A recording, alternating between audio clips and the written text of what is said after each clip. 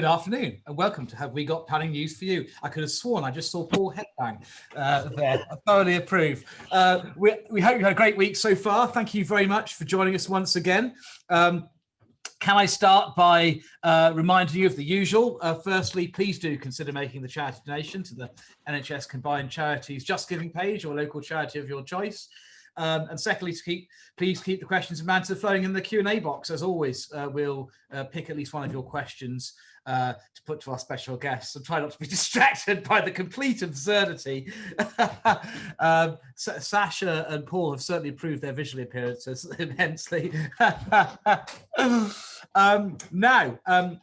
Can I firstly, by the way, say hello to our future YouTube viewers? I've been specifically asked to do that. I think that means I'm talking to the future, and encourage you people in the future watching us on YouTube to subscribe to our Have We Got Planning News for You YouTube channel to get timely access to all our online content. Back to the live audience, and let me welcome our very first ever guest back once again, Bridget Rosewell. Very, very close friend of the show. We're delighted to have you back, Bridget. Thank you very much indeed. Bridget, tell us where you're calling from, what are you drinking, and why on earth have you got us all dressed like this? So this mask was made for me by a very good friend. It's the first one I ever had. Normally I wear those horrid blue things, but this is much more elegant, but I can't talk and wear it. So I am actually in Lincolnshire, so I'm traveling around a lot. I've been on trains, so hence the need for a mask. And I'm drinking Big Tom because I'm probably going to have to drive again later. This is, so it doesn't have any vodka in it, but apart from that, it's as if. So travel and masks. Great to see that you're out and about. And let's introduce the regular panel. I'm trying to work out who's who. Mary, it's you in the hat, is it? Beneath the hat. Good evening, everybody. It's Mary who's travelled to Cornwall via Reading. I've had the excitement this week of getting out of the city, out of the town legal offices to Reading to do a digital hearing, which was great fun. And now I'm down in Cornwall, and the sun was shining this morning. And naturally, as you would expect, regular viewers, I am now drinking Tarquin's gin in Cornwall. Wow. Cheers. Cheers, Mary. Chris. Hello, Charlie. Yeah, well, you said wear a mask, so I'm wearing the mask that I wear when I go skiing and I go down slopes at speeds that are simply not safe or sensible. And I've had a good week. I haven't been in inquiry. I've been out visiting sites, which has been lovely, including in the Peak District, which is fantastic. And my drink this week, to keep with the international theme, Kentucky Riot. We could see some of that, couldn't we? Sasha, where are you? I am on the beautiful Northumberland coast, having dropped off my baby son at university at the weekend, and I'm now in Northumberland enjoying the most beautiful countryside. So that's where I am. I'm not drinking anything because I was so obsessed about getting my dress and my hat, and I'm wearing my Mighty Lucky Rangers hat. So we've got a good bit important Europa Cup match tonight. Your head must be in shock to have something on top of it. The King of the North. I can't. And you just won. Have we got planning news for you? Brilliant. It was me who suggested masks as the theme. I'm regretting it. Winter is coming. Well, it's going to take him 5 minutes to undress. It's been said before, Mary. Very happy. We've got Paul talking about an enforcement case. Yeah, it's very straightforward in my manner. Hello, everybody. Yes, it's all gone to my head. But thank you to everybody that's been sending me props throughout the week. That one. I've got a whole pile of them. So thank you to our viewers. In terms of drinks, I thought I'd go for something surreal. This is brewed in Masham in my home county. Excellent. This is pineapple milkshake IPA. I haven't tasted it yet. It sounds revolting. I'll let you know. Spent 3 months in Masson doing the inquiry many years ago. Had a lovely time too. Well, Charlie Banner here. I am drinking Brooklyn Lager in honor of one of my favourite cities in the world, New York. Obviously not had a very good year this year. I miss it greatly. Tatiana and I normally go there at least twice a year. And to wash that down, given that aeroplanes are no longer what they were, hot air balloons. What a wonderful socially distanced way to travel. And as for a mask, the only thing I could dig out of my wardrobe at home were airline blindfolds or sleep masks. I think that's probably a visual improvement. And no, it's not a bandana, Andy. Though I do have both the dress sense and the hair for a bandana. Anyway, I should have said, by the way, in terms of Bridget, we're hugely looking forward, of course, to Bridget's insight on the white paper from having been on the task force that drew up the proposals, and of course also discussing with you how you feel PINs have been faring recently in delivering the recommendations of your Rosewell review, as well as much more. Besides, Sasha's going to be leading the discussion with Bridget in the second half of the show. Bridget, as always, please do kick in before then if you'd like to comment on any of the cases. You, unlike most of our guests, you're not fettered by any sort of office that precludes you from weighing in. So, and knowing you will do so. We strongly welcome that. But first and foremost, let's go back to the King in the North to tell us about an enforcement case, appropriately enough. He is sitting on the wrong throne, you realise. No. This is future planning, Mary. Right. I'll get rid of that nonsense and get back to sensible things. Right. What I want to tell you about is slightly out of the ordinary.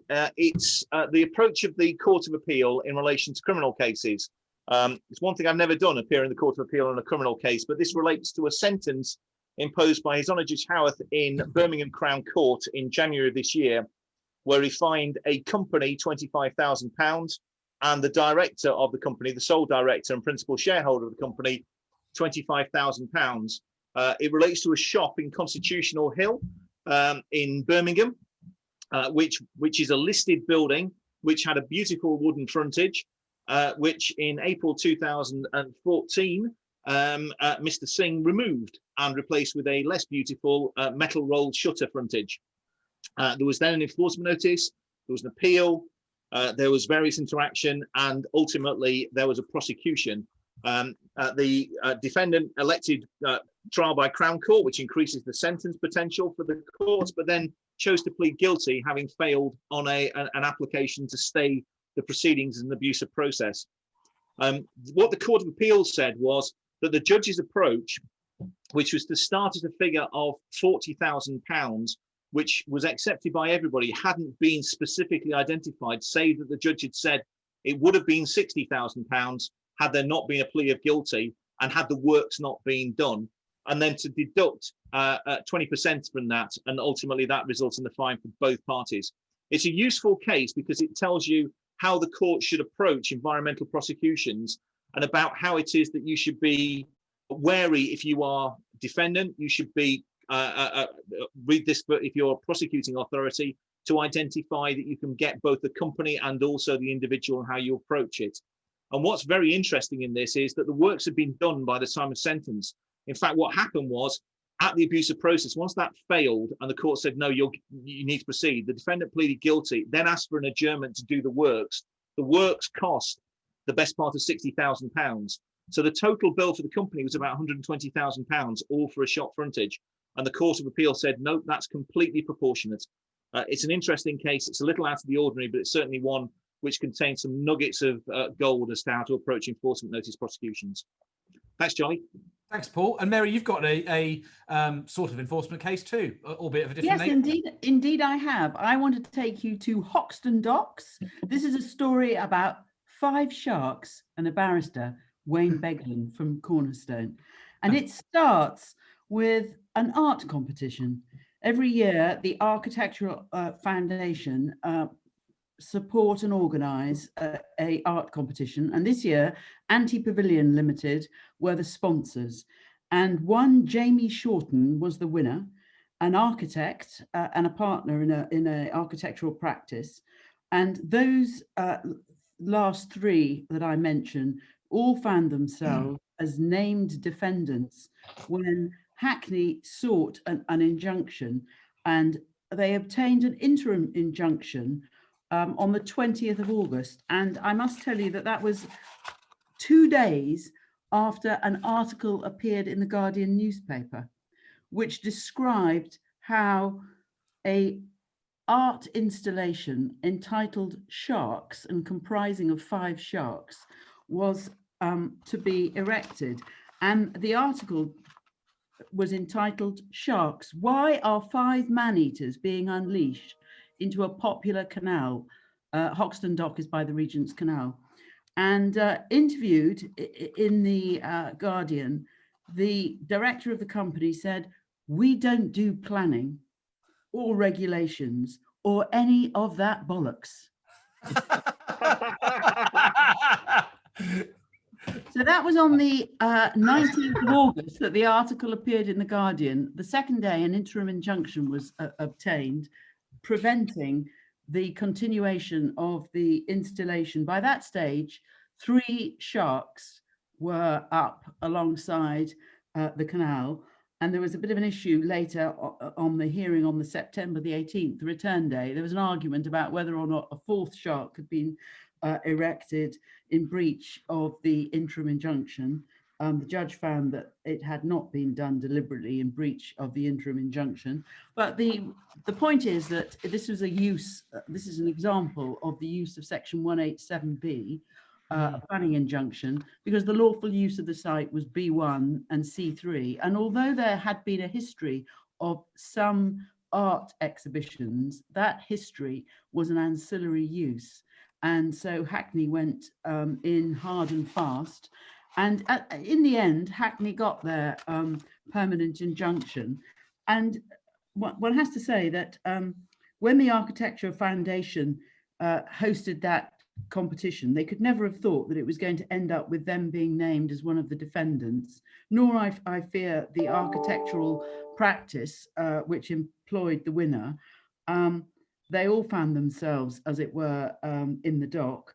The Architectural Foundation offered an undertaking and distanced themselves completely from all of the action, which the court accepted. So it is perhaps a salutary reminder that interim injunctions are a useful tool in planning authorities' toolbox when breaches of planning control arise. Thank you. Thanks, Mary. And of course, it's not the first time that sharks have interfaced with the planning system. I remember from my university days fondly passing the Headington shark, the famous Headington. I thought I read something about it having been taken down recently, but I've just been on Wikipedia and I'm reassured to learn that it's still there, happily. The good old Headington shark. I have to go and hunt it down next time I'm in Oxford. Now, I'm going to discuss the first of the planning appeals we're talking about this week. It's a decision in relation to a refusal of outline permission for 70 dwellings in a village in East Cambridgeshire called Witchford, which Paul acted for the appellants on. And interested to hear your thoughts, Paul. In a moment, Paul got the second prize in this particular occasion. It was an unallocated greenfield site on the edge of the village, and the council opposed the development on the basis that by virtue of it being outside the settlement boundary, it was contrary to the 2015 local plan. That date's important, and also on the basis of the impact landscape. The site wasn't in a designated landscape, and the inspector held that it wasn't a valued landscape for the purposes of paragraph 178 of the framework. She found the scheme would cause what she described as moderate landscape harbour, which, albeit with the caveat that I haven't seen the site or the plans, it reads like a fairly typical landscape and visual effects of a new greenfield development on an undesignated site on the edge of a village, nothing out of the ordinary. She then looked at 5-year housing land supply. And at the time of its decision, the council could only show a 3.7-year housing land supply against the 2015 local plan requirement. During the currency of the appeal, the 2015 local plan hit its 5th anniversary. And that brought into play paragraph 73 of the framework, which says that where strategic policies are 5 years old, then the standard method applies as the housing requirement figure for calculating 5-year supply, unless the policies have been reviewed and found not to require updating. Now, when the plan became 5 years old, the council reviewed it and found that it was up to date. And it was then after that they twigged that that actually worked against them because the standard method imposed a lower housing requirement than the plan. So only 4 months after having found the plan was up to date, they did a second review, and surprise, surprise, they found it was out of date and required review of the housing figure. And so therefore, on their case, the standard method came into play with a lower housing requirement figure, and they said that meant that the standard method applied and they had a 5-year supply. The inspector accepted this. You might think that following through the logic that the plan housing requirement was out of date and required review, that the tilted balance would apply anyway, because the cornerstone of the housing policies in the plan, the housing requirement figure by the council's admission was out of date, necessitating a review. But the inspector accepted the council's argument that this was overridden by the up-to-date elements of the basket of most important policies. The most important policies overall were up to date, the tilted balance didn't apply.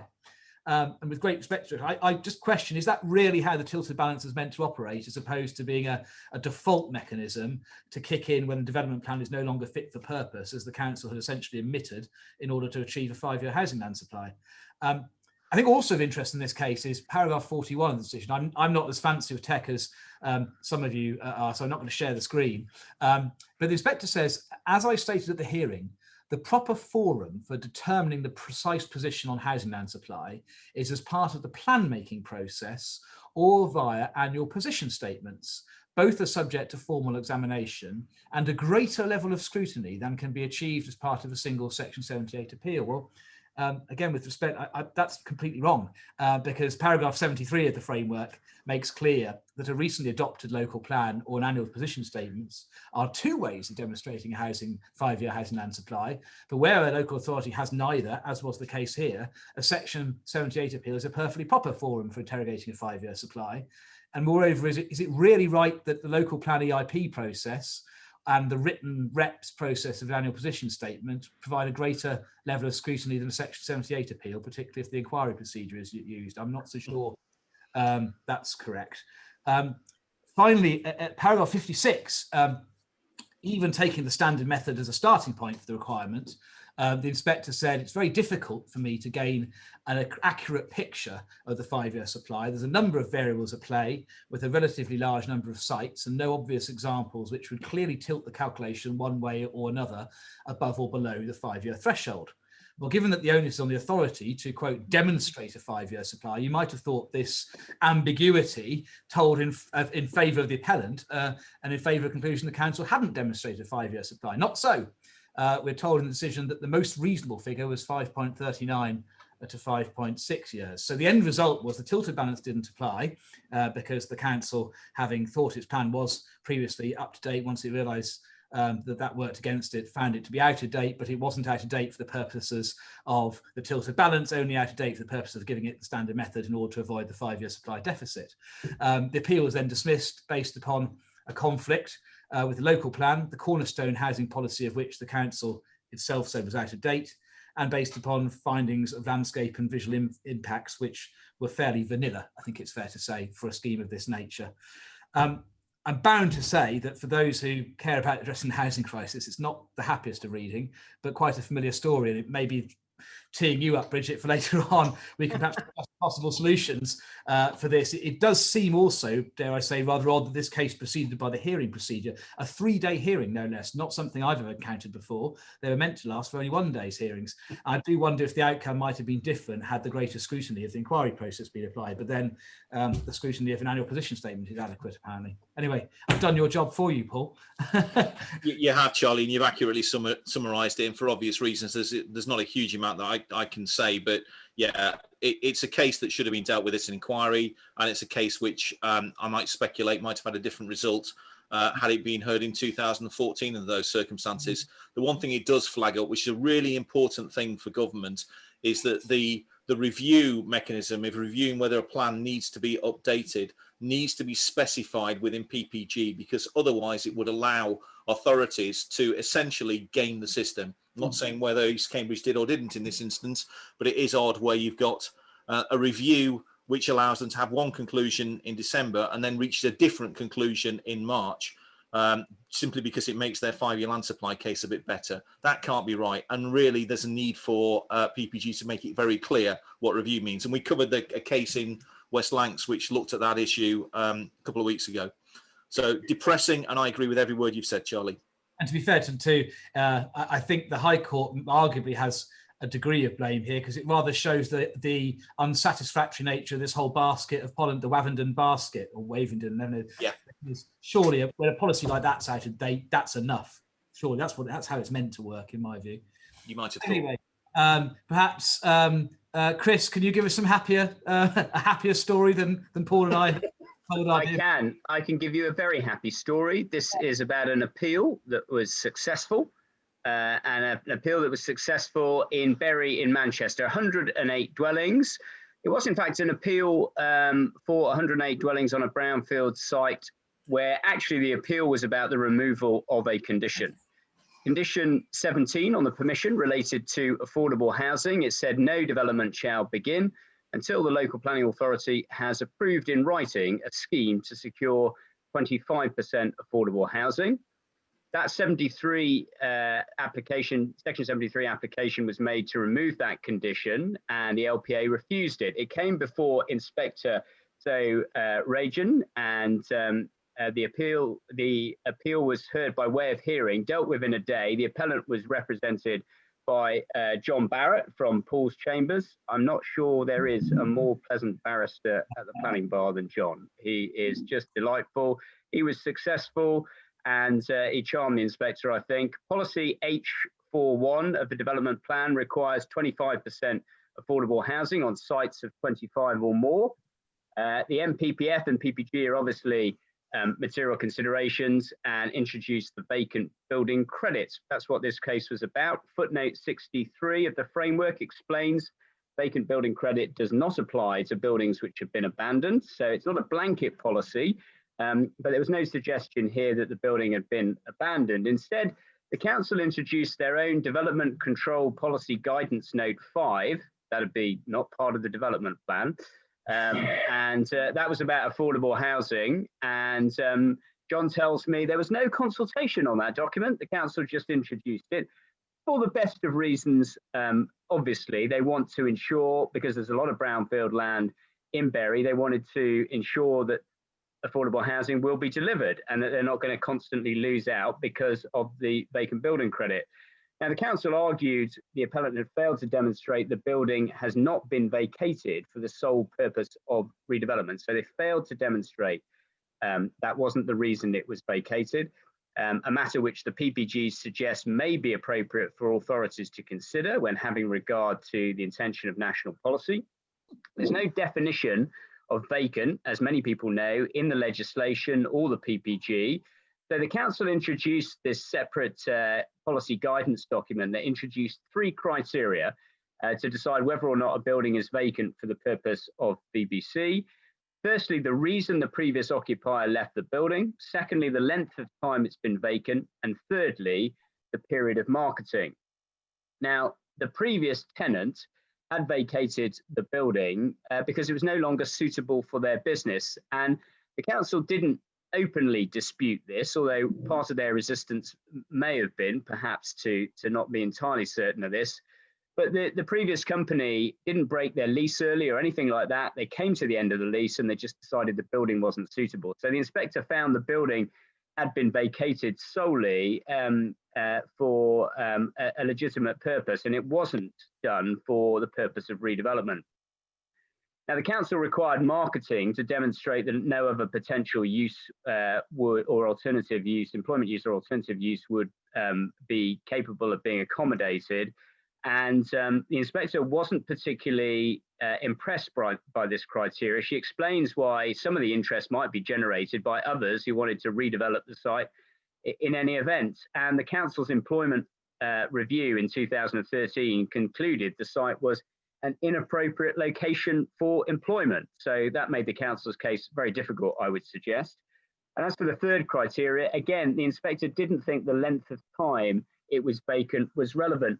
In particular, the council raised an issue about sill, And just to, the whole case is quite short and gets to the point quickly. But paragraph 17, the council argued delaying the development of the site for up to 3 years would be consistent with the guidance in the community infrastructure levy regulations about a period in which a building is in use. So they're trying to do a link between those two. And the inspector concluded that that wasn't relevant. And there may be a disincentive, in fact, to redevelop brownfield sites if you've got to have a long period of vacancy. So overall, the affordable housing was removed because of the vacant building credit. Whatever you think about the merits of that, that's government policy. And so that wasn't there for discussion. And well done to John Barrett and his team. A good result and a very clear decision and a very helpful decision, I think, when you're dealing with vacant building credit elsewhere. And in particular, issues about how long the period of marketing should be. Sadiq Khan, I think, suggested 5 years in London, as far as London was concerned. Anyway, those are the facts. Well done, John. Thanks, Chris. Well done, John. Sasha, over to you to introduce our discussion with Bridget. Thank you very much. Before I do it, just Chris has reminded me of the case I did on employment land for a council once, where my witness accepted there were 279 years of employment land available on the take-up. Brings back happy memories. Did you win, Sasha? Did you win? I think, even with my expertise in such matters, I was on a bit of a loser. I think my case disappeared at about 11:05 on the Tuesday morning from memory. Anyway, sorry, Bridget told you. Thank you, as Charlie said, thank you so much for coming back. We're hugely delighted to have you. I'm delighted to be here. Yeah, I think you're soon going to be known as the voice of planning. Oh, I hope not. Can I be the voice of anti-planning? The voice. Well, I think most of our audience know about your seminal role in trying to kick the appeal system into the 21st century, and now you obviously are perceived by the government to have done a brilliant job because you've now been given the slightly bigger nut to crack, which is the whole of planning. Yeah. I just wanted to ask you, just for everyone's interest, what was your input and role in the white paper? What perspective did you bring? Well, it was pretty collective activity amongst all the members of the task force. I guess one of the focuses, so we've got to divvy it up a bit in who would focus on different aspects in coming up with ideas. So I wasn't so much involved with coming up with ideas on SIL, for example, or SIL 2, much more around local plan, how you should develop a local plan, and working a lot with Kit Kat, who I know came on and talked about it as well. So we very aligned on many aspects of that. But there was a lot of debate. It was all online. We were all doing it on Zoom or Teams or something or other.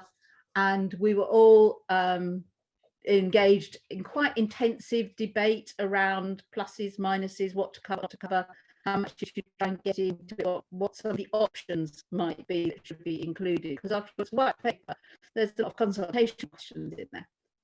And what was the most contentious part of it? Well, it's all contentious, isn't it? Yeah, true. And I suppose the contentious isn't quite the right word. We had a lot of debate about whether to try and put something in about Greenbelt or not. And in the end concluded that if we put something on Greenbelt, then the whole debate would just be about Greenbelt and we'd lose any debate about anything else. And I changed my mind in two directions during that debate and ended up I started by thinking, don't. Then I thought, well, maybe we should. And then I thought, no, let's not. So there was quite a lot of debate, which people changed their minds during that debate. But it's fair to say, though, isn't it, that you came from a starting point from your work in relation to looking at appeals. Your starting point was a real concern that the current planning system was not fit for purpose and wasn't working. Well, I think actually everything I've heard from you guys during the cases that you've just described actually reinforces my conclusion that the thing is not working. It is so opaque, complicated, complex, different, the tensions between different things. I mean, okay, it's grist to a lawyer's mill. I know I don't really want to drive you out of business, but I'm sure I wouldn't. but it seems to me that a good planning system should be transparent. It should be something ordinary people have some chance of understanding, and ours is not like that. So one of my main focuses was around, can we produce particularly to start with, a local plan system, which is simpler, map-based, enables you to say where you are in relation to the different areas. There would still be some case-by-case stuff, but it'd be much clearer whether it was worth putting in a planning application and what the criteria for that would be. It should also therefore make applications simpler to do and enable developers and indeed others to think harder about design and the acceptability of design. And the other part of that was early engagement. So I was particularly keen that you couldn't produce a local plan unless you had had prior engagement and consultation. Consultation is a terrible word. It means I know what I'm going to do, I'm going to tell you about it, and then I'm going to ignore what you say. So engagement is about asking for options, finding out what people want before you come up with a plan. So those for me were some of the key things. And in relation, a question I asked a couple of weeks ago, which really is of concern to me, obviously with the powers you're potentially giving in the development plan with your 3 categories, what do you envisage? It's something that isn't in the white paper, but what do you think about the form of examination? Obviously, examination needs to be full and proper and effective. Have you got a view on what that should be? Well, there's 2 aspects to that. One aspect is the number of criteria. So one of the things is to take away, I might come and talk about algorithms a bit later, take away some of the complexities of requirement that we've currently got, and SHMAs and SHLAs and EIAs and other aspects of things, which again, people just don't understand. We might, embedded in the system, but people who are out there, and particularly smaller businesses, they have a hope in hell of navigating their way through all of this. So I think that getting rid of some of this stuff would then also make it a better, a more straightforward thing to have an examination about and have criteria for that examination. And indeed, we wanted to have something. We suggested there should be 1 criterion, which was the environmental sustainability one. Now, clearly, I'm sure I offer it up to you as something you can debate later on in front of an inspector as to what environmental sustainability might mean. There will continue to be ambiguities in anything we do in this area, and I think that we will need to think hard, and the PINs will need to think hard about the expertise and the training that inspectors need, because I think that there's a lot of work to be done in that area, not just here either, not just. And on reflection, you've obviously followed some of the consultation debate and the debate that we've had and others have had. Is there anything you'd change in the white paper upon reflection now with the passage of time? I think it's quite interesting how you think you've said something and people don't seem to realise what you've said about, particularly around some of it's a consultation. There's options. Please respond to those options. So my reflection on that is. Actually, could we have made it simpler still, or could the department have, in the drafting, have made it simpler still? And we did go through and we kept on editing to try and make it as comprehensible as possible, but maybe it didn't always work. And I think the other thing is we did talk at one point, and this is something I think that we perhaps should have said something about, is how inspection works and the role of PINs. And at one point we were going to put something in about that, and then we didn't. And I've got a couple more just questions on the white paper. Endorsement for neighbourhood plans. Is that fair or not, as a reflection of what the white paper's kind of audit was of the existence and continuation of neighbourhood plans? I think our view on neighbourhood plans is they weren't broke and didn't need fixing, and people liked them. One of the criteria that we had for developing options was to minimize what you were changing, at least in a first step. So we were very concerned that if you made a set of changes that were too big, everybody would just stop for 10 years while you kind of absorbed it, and it went up to JRs and down again and who knows what. So to do something which was evolutionary rather than revolutionary, there didn't seem to be a good case for not having neighbourhood plans. They're in the system. People who do them like them. let's keep them. If Okay. you evolve to more successful ways of having local plans, you might eventually not need them. But I think we're not there. So. Okay. And the Leave it other thing I wanted to ask you about the white paper was obviously the very strong emphasis on design. What was the aim and aspiration that you all kind of had a universal sense of? What were you driving at? I think what we maybe came from different perspectives on this, but I think we all ended up in a place which said that good design creates the sort of places where people actually want to live and be or work in. And that means probably you want the right kind of variety of vernaculars, and there's a whole load of things which tend to get pushed to the bottom of the pile in this complex system that we've got. So I think what we all wanted to do is get that further up the agenda. And for me, there were two ways of doing that. One is that early engagement where people have a chance to input, and you can put up some optionality and see what people actually like. And the other is around having less time spent arguing about the minutiae of policies and how you're going to navigate this, that, or the next thing, and allowing developers and indeed everybody engaged to pay more attention to design, not just of the building but of the whole environment that you're operating in. You still see so many housing estates and you think, of course I'd object to that. Don't like, it just looks horrible. Yeah. Well, I'm very close to one that doesn't have a shred of landscaping, which is about 2 years old. I won't reveal where I am, but someone can ask me on the chat function.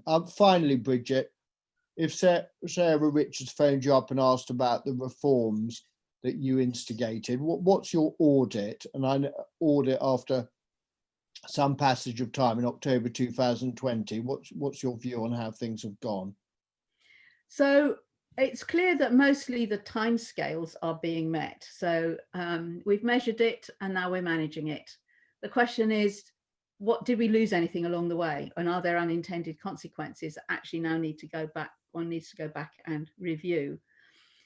What I wanted to see also, and it was in the recommendations, about maintaining databases of what was actually happening, not only on the timescales, but the outcomes as well. So we've got to make sure that with that is, and I can't find that data.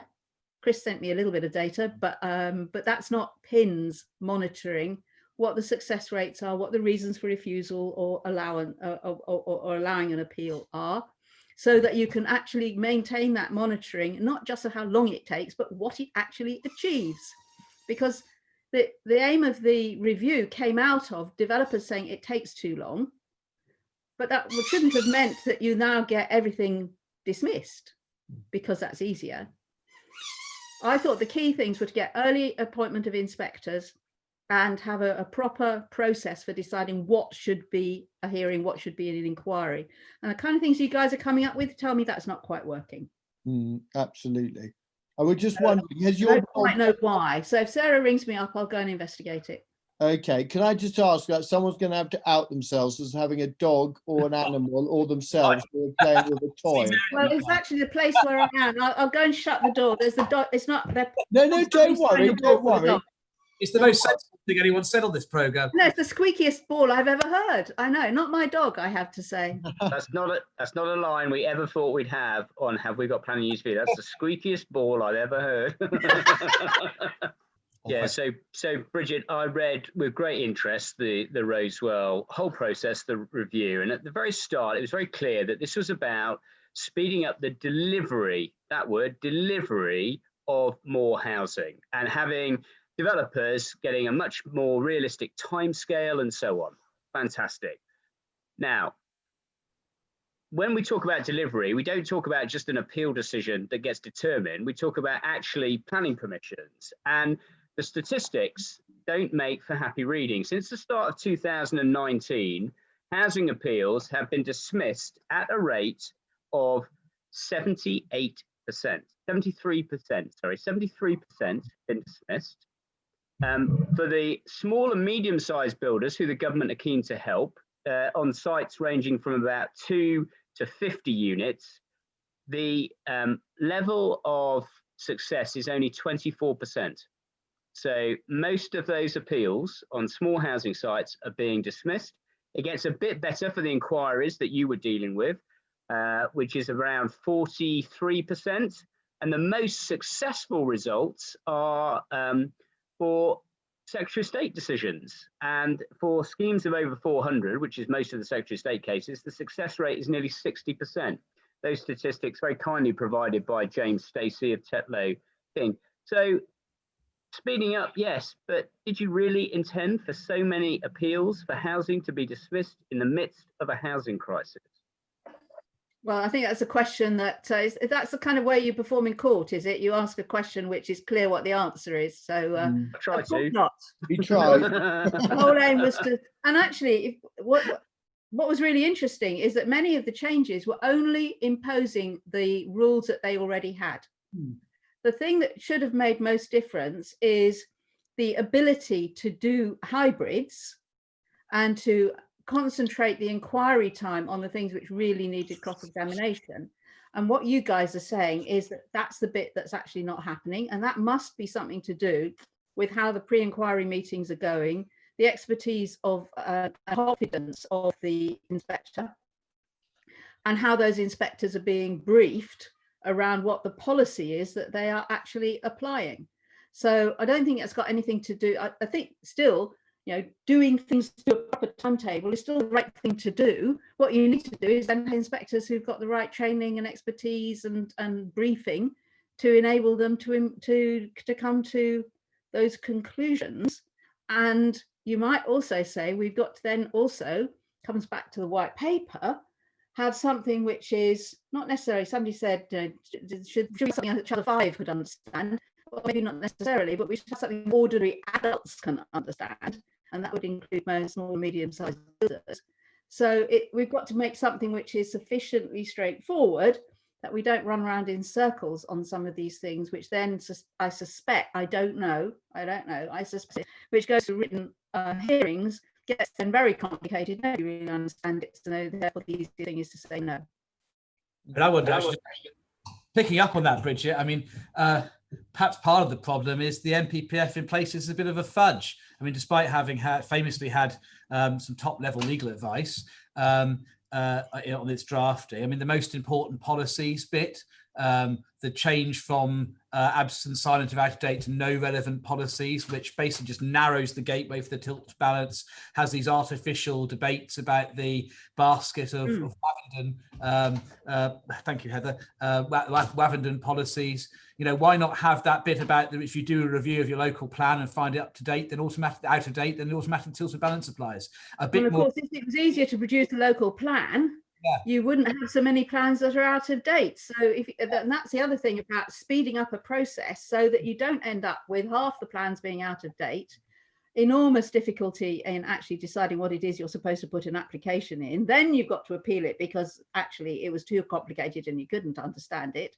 And so we continue to go round in very expensive circles. And it's just, I just find it absurd, actually, how complicated we have made a system. And therefore, of course, you're not going to get, but by the time you then, encourages land banking because you're so uncertain about what you're going to get. So let's hang on to this land because we might need it. It encourages lots of resource being put into the legal side and less into the design side. And it means everything is dealt with case by case. So planning officers become lawyers rather than actually thinking about planning. Absolutely. I've got a question next, and while I'm asking the question, we'll close the polls, and at the end of the question, we'll see what the results are. My question, Bridget, I'm going to slightly change from what I'd said I was going to ask you, because pick up on what you said about the temptation to say something about the role of the inspectorate in the white paper. I mean, plainly, PINs are going to have a considerable challenge on their hands with local plans up and down the country all having to be examined in what seem to be likely to be statutorily defined 9-month periods to examine them to get the new system of local plans up and running across the country. What do you see as the key to success for PINs in making a success of that job? I think they probably need to be much more flexible in how they are employing and using inspectors, including far more part-time inspectors. I don't really see why you couldn't do a bit of pro bono work, guys. Turning yourselves into inspectors on occasion. That's how the school inspectorate works. You know, it's active teachers go and do inspectorate stuff in their spare time. Well, not quite in their spare time, you know what I mean? I really don't see why we couldn't have a much more practicing inspectorate, which was much more used to some of the challenges that are going on here, and to put it to bring forward and reorganize the way we think about the inspectorate. Do you think there's I don't think it's working well at the moment. Do you think there's an appetite in CLG to give them more money, frankly, as well, for resources? There has been an appetite, and they have been given more resources. The question is, are they able to deploy those in the best kind of way? Understood. And I'm not sure they are. Now, they've still got quite traditional model of delivery. No, I get much more flexible about who can be an inspector and how and what you'd need to do. Okay, you won't get paid as much.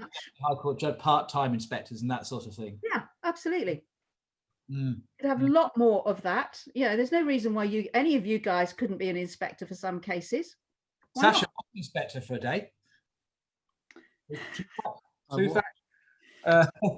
Actually, no. In all seriousness, it'd be something I would definitely consider again, but it's so difficult, as Bridget says, because it's got to be full time.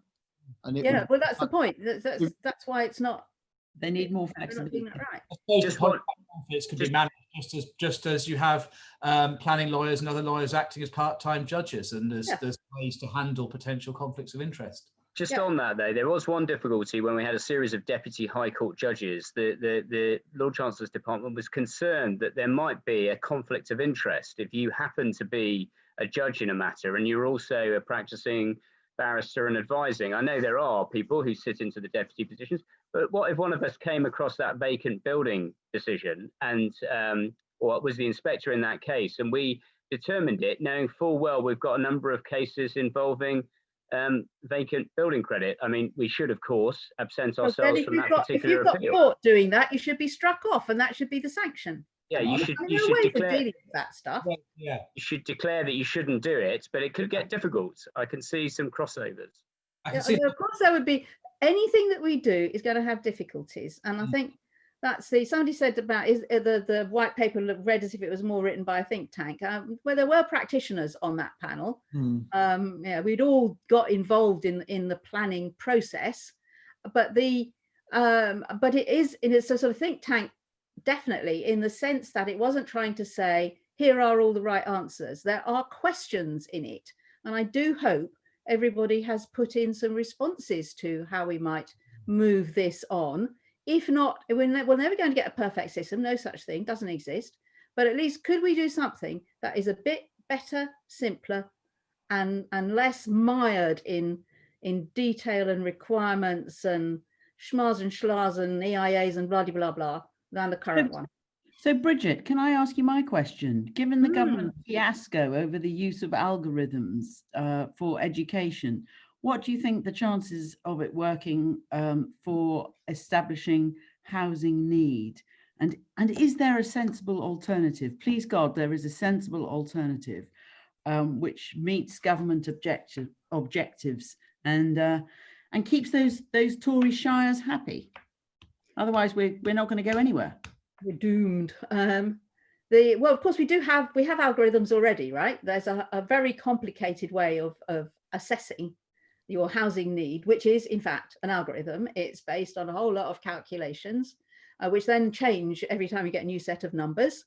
So it's could you do something which was less complicated and which would require then, I think that is then part of how you make those local plan judgments, and it would come up as a judgment call as much as it's as a numbers call, because you've got to therefore look at, say, you could make something much simpler, which you could say, for example, if house prices are higher than some benchmark and are moving up, then clearly you've got a housing shortage. Go figure, go fix. Now that's a sort of algorithm, but it's much, much simpler and people can understand it. But you end up with a judgment call. So don't try and do something which is, and this does come back to the education thing, don't try and do something which pretends that it's going to be accurate for everybody and everything. You've got to include the ability to flex whatever it is you're trying to do. And what we keep trying to do is make it too precise. Bridget, can I ask my question? Sorry, I'm sorry, Mary. No. Sorry. Yeah, I can divide my career into two parts, I think, which was before and after major developments were considered by roundtable and or informal hearing at both local plan and also appeal level. And roundtables absolutely have their place in some circumstances, but my view is that there is a real problem, which has been the wholesale abandonment of cross-examination at local plan level, and also at many appeals, particularly ones which are dealt with by hearing, which I think is profoundly retrograde for the level of scrutiny that's deployed in terms of major schemes, whether I'm acting for a local authority or the private sector, and it's relevant to both. Given that the appeal system was actually meant to ensure proper scrutiny of local decision making, that's why we've got it in the first place, to stop locally capricious, overly political decisions being made. How do we go about reversing that? Because it devalues the system that I think is actually a pretty good system. So what we need then is, I mean, I completely agree that cross-examination and examination has a good place. I think we've got to work out, though, what is it that you are cross-examining on? Because you can go to both appeals and indeed examinations in public, and you get a whole load of cross-examination which doesn't take anybody anywhere. So you've really got to, it comes back to deciding, having whoever's running the tribunal, the inspectorate, needs to be sufficiently senior, sufficiently grown up that they can identify those things which actually do need that. Bridget, you're absolutely 100% right, because the difficulty is that EIPs, inspectors, are under such pressures to try and get the thing finished that inspectors never ask. I mean, I do mean never ask for cross-examination in my experience. And when something is a hearing, the starting point for an inspector is always, you're not going to cross-examine on this. Whereas if an inspector recognised that having an advocate was a tool in the inspector's armoury to allow scrutiny, so that we'll have cross-examination with regard to the out-of-datedness of Plan X or this particular aspect of the methodology of Y. If the inspector viewed it as a tool in their armoury to better scrutinise both the appellant's case and the local authority's case, I think we would have a better system, because that's how it's best used, not cross-examining for the sake of it. But it's difficult for us as advocates to ask that question, because we're told at a hearing, you're not doing it. We're told at an EIP, you're not doing it.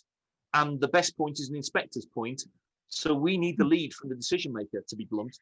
Do you think there's a role? Sorry, I was going to say, do you think there's a role, particularly in the local plan examination, where actually you're talking about the housing numbers? Is there not a role for an inspector to have his own or her own counsel to the inquiry, so that for example, an inspector can deploy Paul Tucker to ask the questions to interrogate the local authority? Yeah. There goes. Or alternatively, rather than having is that the right way of doing it? Or alternatively, I mean, it comes back to my point about, if Paul were actually doing the inquiry, then he would be hopefully competent to say, these are the things which really need cross-examination. Or actually, he'd probably be telling everybody to shut up, wouldn't he? But anyway, do you know what, Bridget? Judges do that. But adding in another, we're just making the thing more raw resource intensive. It's like saying, somebody suggested, well, should we have 3 inspectors? Well, yeah, but it just adds to the cost. Sorry, Paul. No, I was going to say, judges do that. Judges will say, I've not made my mind up, but, and then press the point in a very cogent way. Inspectors rarely do that, and I know that's something that your review suggested inspectors should be more minded to. It helps us as advocates in that situation. The danger is that inspectors fear the High Court won't support them. The High Court absolutely would support them in that situation, particularly when we're now videoed and everything's recorded, in my view. So is there something there that we've created the inspectorate as a sort of part of the department rather than part of a more judicial system? Absolutely. Tribunal-based system. Say that, Bridget, and therefore that makes them gives them less status, effectively. In Northern So, Ireland, planning that appeals wrong? is independent, and they're sort of much more quasi-judicial in their function. And another way of doing it would actually to have a planning tribunal as part of the tribunal system. That would be the radical thing to do, where they could then sit as 1 or 2 or 3 with mixed disciplines. Can I just add, just there, on the cost, you mentioned the cost there. Even a simple appeal for 50 or 100 houses has a gross development value of tens of millions of pounds. Local plans are worth hundreds, if not billions of pounds in terms of what they're doing. The idea that we can't put resources in to have 2 inspectors, because if one gets ill, that can be a very significant difficulty. I've had that before. You know, these developments are worth huge amounts of money and huge amounts to the economy. The planning inspectorate should be resourced to the tune of 2 or 3 or 4 times the level they are now. Anybody suggesting that we should worry about the cost of having 2 inspectors misses the point about how valuable this is to our national economy. Absolutely. Okay, that is excellent point, well made, and I accept it. Because I'd like to just ask you about them, Bridget. So if Rob, our brilliant IT consultant, can stick those on the screen, people watching might want to just maximize. So, wow. First 3 questions: is the level of scrutiny of major development schemes sufficient via the 3 process inquiries? 90. This is a sample size of about a third who have applied, so about 220 people. So sufficient by the inquiries, sufficient scrutiny, 92% for inquiries, 51% for hearings, 14% written reps. What is more important to you in relation to planning appeals? The speed of the decision, no people. Quality decision, 44%, equally important, 56%. And that's very stark. Wow. Wow. And is the current level of scrutiny of local plan examinations sufficiently robust? Broadly speaking, people are divided. Has PIN's implementation of your review, Bridget, improved the system in terms of actual housing delivery? 60-40 say no. Oh, fantastic. Unintended consequences. Any immediate thoughts on that, Bridget? Well, that's delivery, Bridget. That's delivery, not your reforms. No. We like your reforms. It's just whether it's helping delivery as an outcome. No, exactly. So, and I think that is the unintended consequences and about how something has been implemented. And in the first instance, when I reviewed it, as I did say, I would go back a year later and ask how it was going. And there was generally a sort of positive response. And we had, people come along from across the industry and say they thought it was making it more predictable as well. So you knew where you stood and how long things would take. And that helps if you know if it's going to be more predictably quickly, there's less chance all the policies change while you're in the middle of the process as well. So I think that's helpful. But I think what's happening is that it's not being implemented in a way which has actually improved the quality or maintained perhaps the quality of the decision making. And that is actually that's a terrible concern. It's also the case, Bridget, that there are unintended consequences, i.e. the minority of decisions are determined by public inquiry. The majority of decisions are dealt with by hearings. Yeah. And the hearing, the timetable, it's become really inefficient. And of course, PINs are busy saying no to inquiry. So regularly we're asking for them, PINs are saying no, pushing it back to a hearing, and then you're waiting a year. And it takes us 3 days. And that was definitely not. That was, and I think there's even something in the report which says that should not happen. We get a run out of time. Bridget, you're one of these so engaging guests. We could carry on. We could, couldn't we? Yeah, I know. And we haven't solved any problems yet. My goodness. We'll feel better. Watching.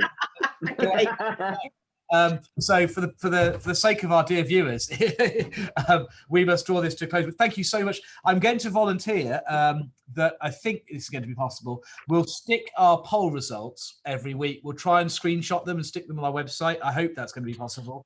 I think it will be. Yeah, that would be great because I would like to go and wave it around. Yes. And 200 odd people is a statistically insignificant number of people. It's statistically significant as a number of people, certainly. You can do things with the results. Whether they're representative sample is another matter altogether. Yes, Let's not go there.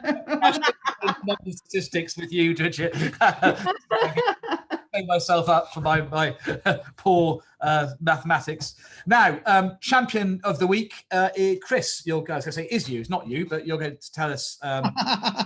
Yeah, it is Peter Freeman, who has been confirmed as the new Homes England chair. Peter is the man behind the vision that is the King's Cross regeneration. If you're in London and you're coming through the station, what an amazing development that is.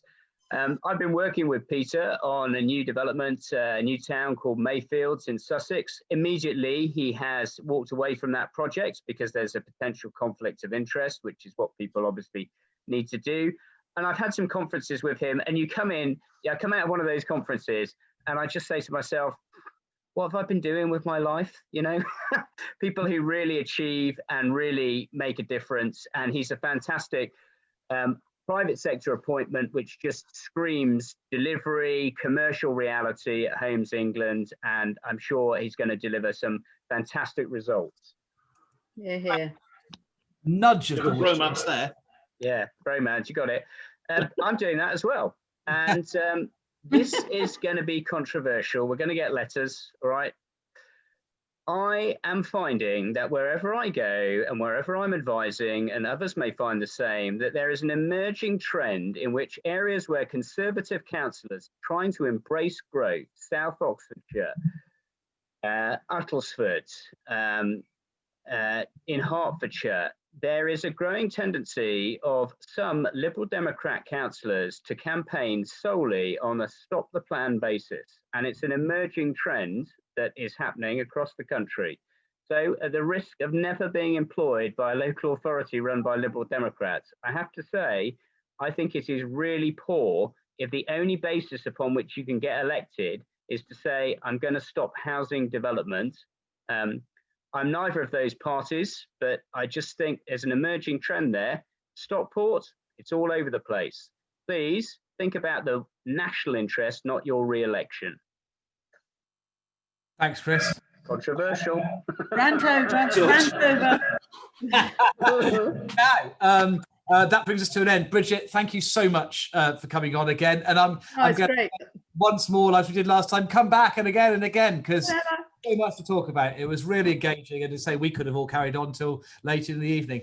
Really, really grateful. Thank you all, dear viewers, both those present and those in the future on YouTube for watching. Indeed, the YouTube cohort are now considerably greater than our live cohort, which I think is a sign of the economy returning back to normal, sort of. Please, as always, email with suggestions for anything that we should cover next week. We've got next week a very special guest. We'll reveal him on Monday. One of the biggest figures this country has seen in local government. I think it's fair to say one of the true household names in local government. And the big gossip, what a sight. Have a great weekend coming up this weekend. Don't forget your charity donation, and we look forward to seeing you next week. Thank you very much indeed. Good night. Cheers. Cheers. Good night. Good night.